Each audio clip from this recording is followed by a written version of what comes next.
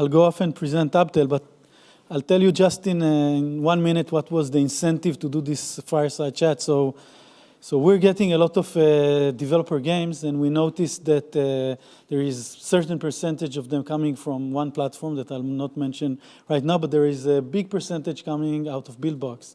And we felt that it's underknown, let's say, and we want to be part of the effort to work with them together. So we felt that it would really be important for people from the hyper-casual community to hear and to appreciate at least what we appreciate right now. So this is the slide. So a little bit about TabTale, just that you understand our credentials. So our vision is, and we've been for the past, from 2013, we've been one of the top most downloaded developer globally, top 10 App Annie ranks, Google Play and iOS. We plan to keep that. We finished April #2. And we plan on increasing our position and being one of the leading casual game developers globally. These are kind of our numbers, KPIs. In a nutshell, everything in mobile are KPIs, LTV, eCPI, MAU, DAU. So we are above 1% of the global download. So every one of 100 games that gets downloaded is a TabTale game. 60 million unique monthly active users. To date, we achieved over 2.4 billion downloads. Number 8 in the all-time downloads from the opening of the app stores, and something above 200 employees globally in kind of 4 main geographies. We try to work hard on our culture, multicultural experience. So we have a team in Israel, in Macedonia, Bulgaria, and in China. So different geographies, different culture, different teams. We're really proud about bringing this all together. We have our brand Crazy Labs, which is the brand that we publish our hyper-casual games, both in-house and external. And it's successful. You can see Amaze, which is doing amazingly well now for 2 months in the top chart. By the way, it's a publishing deal, but we have other games like Tricky Taps and Light It Up and many others that are doing well on their own, and these ones we developed by ourselves. So anyone here know BuildBox? If you do, can you put your hand up? All right, cool. All right, so a few of you guys. So, BuildBox, we started this in 2014, and the idea was really simple. I wanted to create a video game, and I don't know how to code. So I went and downloaded all the other options that were out there, and I could not really use them. They were more visual scripting, and I really wanted something that was drag and drop. So my idea with BuildBox was, let's set the bar at PowerPoint, like really simple. If you can make a PowerPoint presentation and you can drag a square in there and then you have options for that square, let's develop a game like that. So that's what we did with BuildBox, and it was really, really simple.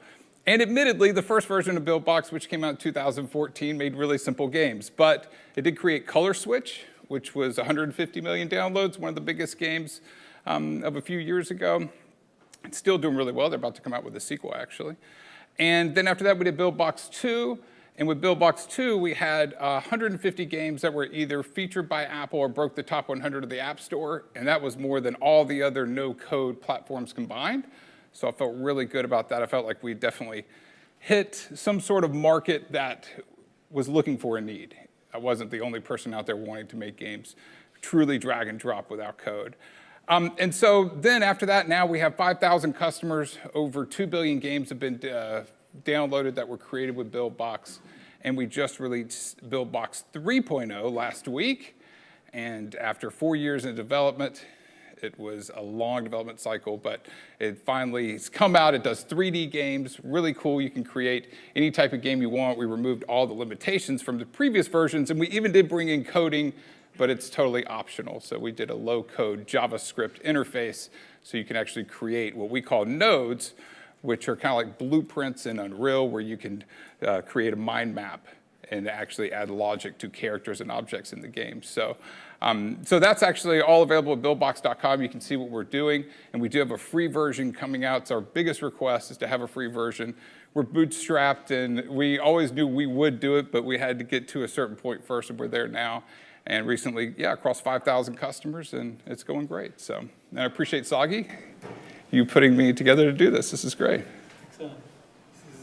So we have some questions that we want to ask each other, we prepare them in advance, so there are no trick or...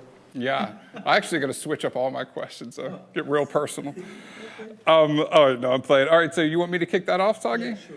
All right, cool, yeah. So the first question I had, and this was interesting to me because TabTale, I didn't know a ton about how you guys started. And you just told me a little bit outside a minute ago.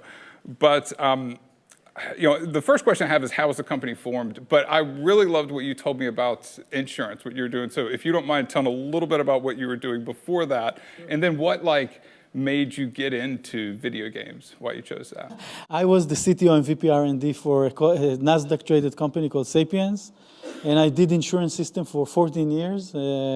By the way, InsurTech is now booming. A lot of ideas that I tried to push back then, and gamification and stuff, but being in B2B is hard cycles and big projects, and I really liked gaming. I was writing some stories when I was younger, and there is something about the creative passion about doing something that meets people at their home and doesn't need to go through 1,000 mediators. So while I was in Sapiens, I told my CEO, I really love my job, but I need to do something for the soul. And I want to do this company that will do interactive books. And he said, okay, fine, just give me an update once a month, and that's it. So the first 3 years of TabTale were like this, so I gave him updates. The COO of TabTale today, Guy, was actually managing the company, and I was visiting here and there, and the company did better and better and better. We couldn't make it on interactive books, although it was a great market.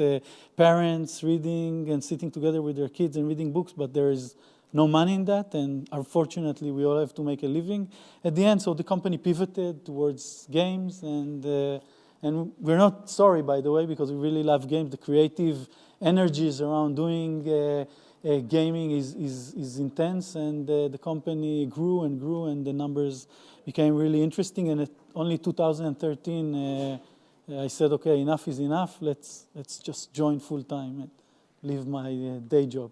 Gotcha, that's great. And you started in 2010, right? Because we started the same year. Yeah, exactly, 2010. But I don't have 1% of all apps downloaded on the App Store, so you're doing something right. All right, so now this was another interesting thing that, spoiler alert, we talked about it out there. I've talked to a lot of publishers being with BuildBox, and they'll say a lot of times 1 out of 100 games is a hit. Now, you do something interesting. You're not just a publisher. You're actually first and foremost a developer. I don't know, I mean, you tell me, is it 50-50 kind of? You focus efforts on that as a publisher and a developer? I think it's around 50-50, but we keep them as two almost separate studios where the element that we do share are the game designers. So once we get the game which passes the bar for being interesting, then the same game designers that do the self-development, they actually help the indie developer in trying to push the game. The marketing teams, which is becoming now a more intense experience, doing the market store, the ASO, the user acquisition, the analytics, the videos, the playable became a huge investment. So these are shared, but it's around 50-50, but our DNA started as the developer of all the things that we were doing. We started doing a little bit of publishing, but when we decided to move into hyper-casual, we understood that the massive amount of talent that is out there, the great ideas that would never come from a place that, there is discipline in any company, otherwise you'll be lying. So even in our multicultural environment, there are some things that nobody will come up with, and that might be the next big hit, like Amaze. Gotcha. Yeah, Amaze was great too. I played that one a lot. Okay, so how many games do you have to test to find a hit, both from the publisher side, and I know you probably get sent a lot of crappy games, a lot of good games, but what percentage of those work out, and then from the development side when you actually build it yourself? So we received last year we received over 1,000 games, wow, complete games that were ready to test, to soft launch. We soft launched something around 400 of these. I mean, first of all, we believe that we know very little. So we know enough to not test 600, but not enough to disqualify out of the 400. And you never know where the next big hit is hiding, because people become more and more arrogant as time passes, and they think they know things they don't know. So we say Have you been shocked sometimes seeing a game Yes. that you think there's no way it's going to work? I've heard that from By the way, Amaze other publishers, too. didn't come in our VIP list. Sometimes we have a game in which everyone is ecstatic and you put it in the VIP list and you just run through it, and this wasn't in the VIP list. We thought it was good, but then the numbers, the day 1 retention 70, day 3 That is insane. 35, it was shocking, and then it became promising. 70% day 1. So we have around, I think out of 1,000, we would then finally go into live with around 10. So it's 1 to 100. Okay. And with our internal development, 1 out of 5 will go into global launch. So Okay. these are the actual numbers. Now that's interesting. I think, and you guys are developing games, right? Put your hand up if you're developing games. All right. So I think almost everyone here, right? So what is the difference between what you guys do? Is it knowing what type of game to create? Is it the art style? Why is your success so much higher than the average game shipped to you? I think a lot of developers, they are not professional developers. So some of them, they really know the platforms and they have great ideas. And some, they find that Helix Jump is successful, so let's do Helix Jump in pink. Yeah. There is a certain level of professionalism that you bring as employees because you're looking for people with experience and good craftsmanship in their development platform. So I think that this is where the ratio is different, and also we invest a lot. Since we don't want to compete with the developers that are sending us games, what we put our efforts in is in really high art style. So we have an amazing art director, amazing art team, amazing development team. So we're trying to push their kind of high quality production, while a lot of development that are coming in are really high quality games, but they take a lot of existing value, assets and things that, so this is how we have different styles. Gotcha. That's good. So production value, something definitely to focus on. All right, so what's the basic strategy for user acquisition with you guys? Are you doing the Instagram ads that I see all over the place? Actually, I think I saw one on Instagram today, actually. Yes, we do Instagram, Facebook, all of the top ad networks like IronSource, AppLovin, Unity, these guys. But I think it's not unique. I think all of the hyper-casual are now following the almost same method. So there is a really thought-after methodology of taking a game, sometimes doing some playtesting, using whatever service, Playtest Cloud or whatever, then going into a soft launch, bringing the minimum amount of users that you can then draw conclusion, get the day 1, day 3, then make additional decision. Many games fall at that stage. Then do a second soft launch, 5,000 users and some more metrics. And then if it's promising, then you go into the release cycle and you try and improve additionally the game and the marketing. We'll go into the 3 most important milestones in the company's history because it really interests me to... Yeah, gotcha. Okay, so milestone number 1 was to have a hit game. Like I wanted to prove that BuildBox actually could create a hit game. And the first one was called Ball Jump. It was number 1 in the App Store, Catch App published. Second one was a game I made, Lines In, was really stoked on that. And then the third one was Color Switch. And since then we've had a lot. So that was a major milestone. The second milestone was the 5,000 customer mark for me. That was a number we really wanted early on. And to hit paying subscribers of that amount, I felt like it really pushed us as a platform. So that was the second. The third, probably go in 3D. No one's done that before with no code. We're the first software to do that like at a professional level. And that was a huge milestone that about killed everyone on the team, but we did it. So that was pretty good for me. Let's skip the marketing strategy and go directly to how do you decide your product roadmap, features for the hyper-casual community? Gotcha. So it's interesting, and one thing I wanted to talk about today, I guess we're probably not going to have time, is what is hyper-casual? Is this even a real thing? At this point, I feel like it's almost turning into casual. It's like I think we're seeing a melding of some sorts. Some of the, like the football game that Voodoo published looks almost like an indie game, So for us, it's not that we're focusing just on hyper-casual, even though that's been our most popular genre for sure. But we listen to the customers. That's number one, to see what they want. We do as much as possible. Sometimes what a customer wants might be something that's beyond what we can do at this point. Then the second thing is we try really not to look at competition at all.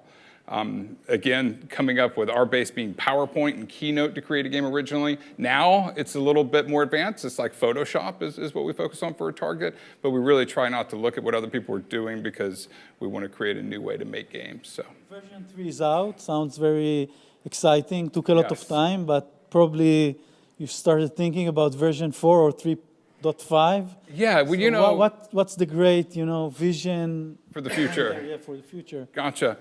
To take out Unity is the vision. That's honestly, that's the game. I feel like I think they're doing some great things. They built an amazing community. I'm sure most people here use them.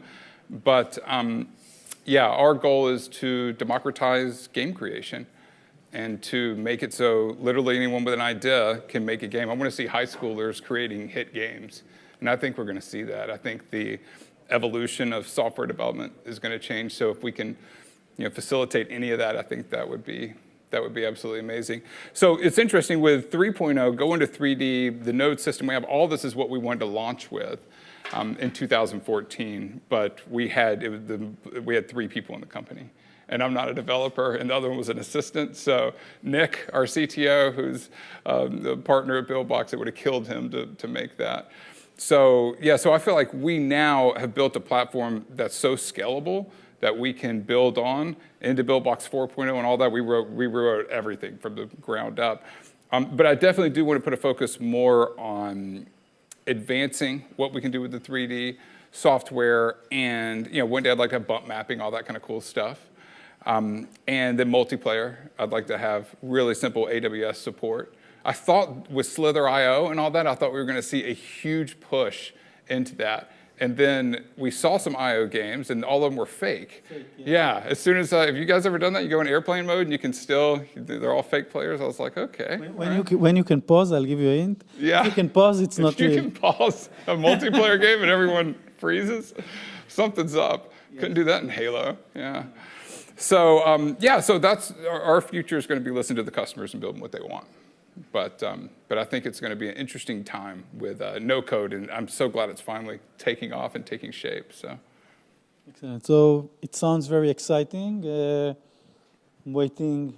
We'll download version 3 and we'll wait for version 4. Yeah, sounds good. And we still get a lot of developers using the platform. So I think this is the kind of best testimonial for us that this is something that is actually very hyped. You've got new games coming on the hyper-casual market every day. And you're saying that you've both got, I would assume, multiple prototypes, hundreds of prototypes in development. What do you do when you see a game that you've already got in-house? It's maybe identical mechanically or even graphically. What do you do when you see that hitting the storefront? Do you stop development on it because it's already been hit? Do you put it on the back burner? Do you redevelop it? What do you do when you see something that you've kind of already got? Maybe you're already in soft launch stage and you see it pop up by a competitor. What do you do with what you've got? So it's an interesting question. I think there isn't really a simple rule. I think usually if we see something that is already hitting there and there is still a way for us to go, then we'll probably walk away. It's not worth it. But I think you can see the store right now, at least the US store, which most of the companies are fighting around. The big money is there, and in the China store. So there are many games. By the way, us and Voodoo, we have Amaze and they have Roller Splat, but you can find other similar twins that are going up.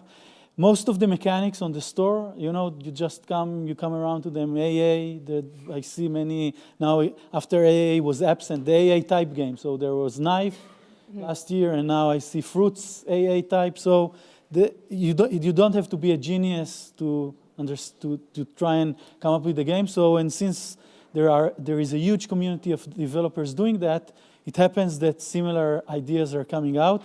I think that if we already launched, if something is promising and someone else is also there, then okay, we'll compete fairly. If we are far away, if there are few weeks for us, then we'll walk away. It's not worth the energies. And by the way, once somebody launches, and if you have something similar, especially art-wise and so on, it will start increasing your CPI. So at the end, it's not economical to keep few games with it. This is why the copycats don't do so well on the store after a while. So it's not like you can launch 10 games that will look the same and they will just be all successful, because the second one, it's harder for them to bring users economically. The third one is less, and then so on and so on. So usually, only if you're already there, you will try and be the best one and be on top. Thank you. Welcome. As more games, as the hyper-casual space has become more crowded, how do you find that's impacting your launch budget in particular? Do you have to invest more to get a game to the top of the App Store, and proportionately, how much more than before?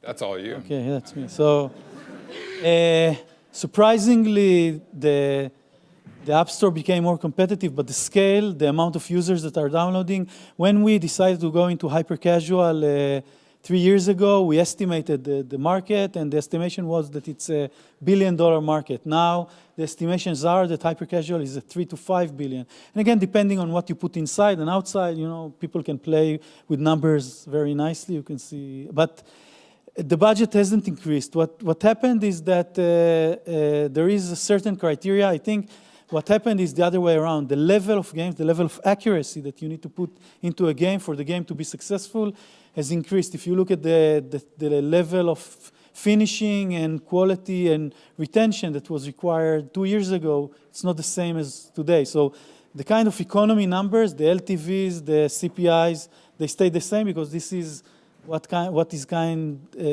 defines the economy of hyper-casual. It's in tens of cents in CPI, it can be even 10 cents, tens of cents until 80, 70, maybe $1. So that's the range that you're playing with, but there are many, many users who downloaded hyper-casual playing, and they're willing to go and download additional hyper-casual, so the economy stay the same. The level of quality that you need to bring is escalating and evolving. So. All right, so that's like a huge challenge that we're trying to fix, because that is very platform dependent. Color Switch was made in 3 days and then finalized in 5 days and published. And you were saying, you guys hit some pretty interesting numbers. 3 months for a game, if it's a real emergency situation, you said 3 weeks. Yes. And that's pretty nuts. A lot of people I've talked to, I'm hearing on other platforms, are as much as a year to develop a game. And with our platform, we're pushing out, I think the average game takes about a month. So. I think the efficiency of the platform, libraries, what have you also, but also in order to launch, you need the partners around the marketing, store, and so on. So there is a cost in developing the game, and I think there are some, BuildBox is an excellent platform to cut your costs. And you need to think about how you market, because today marketing costs also a lot of equally good dollars on the playable videos, ASO market store. So, and if you want to do a successful game, you need to think about all aspects. I think here you also have something about playables that. Yeah. Soon we're going to be able to do playables on BuildBox, so we'll look out for an announcement on that as well. Thank you so much, Sagi. Very much. Thank you.